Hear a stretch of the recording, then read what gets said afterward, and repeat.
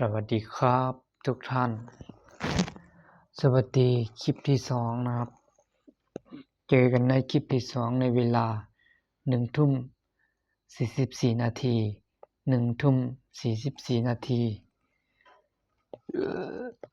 ผมจนได้เตียนยุงนะอันนี้เพราะยุงมันหลายเนาะ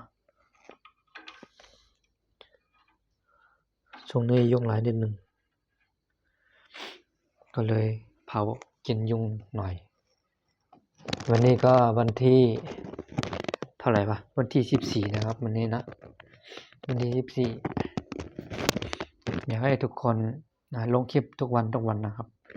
แม้กระทั่งผมคนหนึ่ง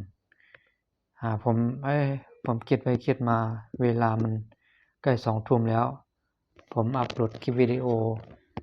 ผมถ่ายวิดีโออัปโหลดคลิปวิดีโอดีกว่าอย่างเงี้ยเราเล่นมือถือเล่นโทรศัพท์ไม่อยากให้เสียเวลาเนาะทุกคนก็ไม่อยากให้เสียเวลาหรอกใช่ไหมอยากจะมีเวลาของตัวเองเวลาของเราเนี่ยทำมาพอไหมมันก็ไม่พอหรอกทุกวันเนี่ยเราทำงานเหนื่อยกินข้าวเที่ยงพักผ่อนอยากจะนอนพักผ่อนนอนหลับเวลามันก็เร็วมากนะฮะ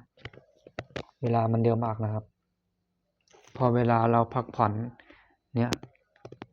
พอเวลาเราพักผ่อนเวลามันก็ได้แป๊บเดียวเดี๋ยวก็ได้เวลาแล้วนะฮะเวลาเราทำงาน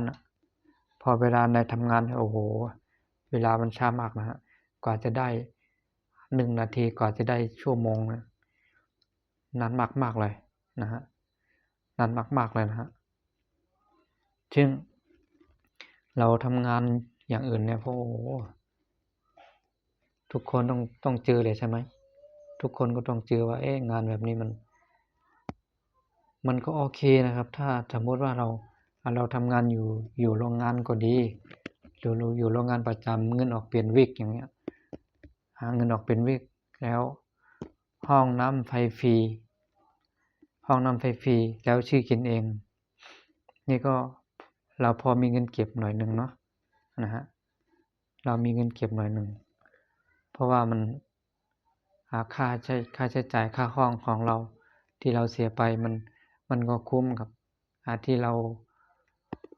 มันก็พอเอามาซื้อกินกับข้าวไปทุกวันนะฮะเดือนละ1,500-1,600ต่อเดือนใช่ไหมถ้าเราเช่าหออยู่มันก็จะเสี่ยงนะฮะค่าห้อง1,500ค่าน้ำกับไฟอีก200อย่างเงี้ย1,700ใช่ไหม1,700ทุกเดือนเนี่ยนะฮะถ้าเราหางานอยู่ที่มันไม่ต้องเช่าห้องอยู่ซื้อกินเองนี่คงจะได้เก็บเงินอยู่นะฮะแต่ก็ต้องเงินชัวร์นะฮะถ้าเงินไม่ชัวร์มันก็ไม่ไหวใช่ไหมมันก็อยู่ไม่ไหวนะครับก็อยากจะฝากถึงทุกท่านนะครับทุกคนขอบคุณที่ติดตามและที่รับชมนี่ครับ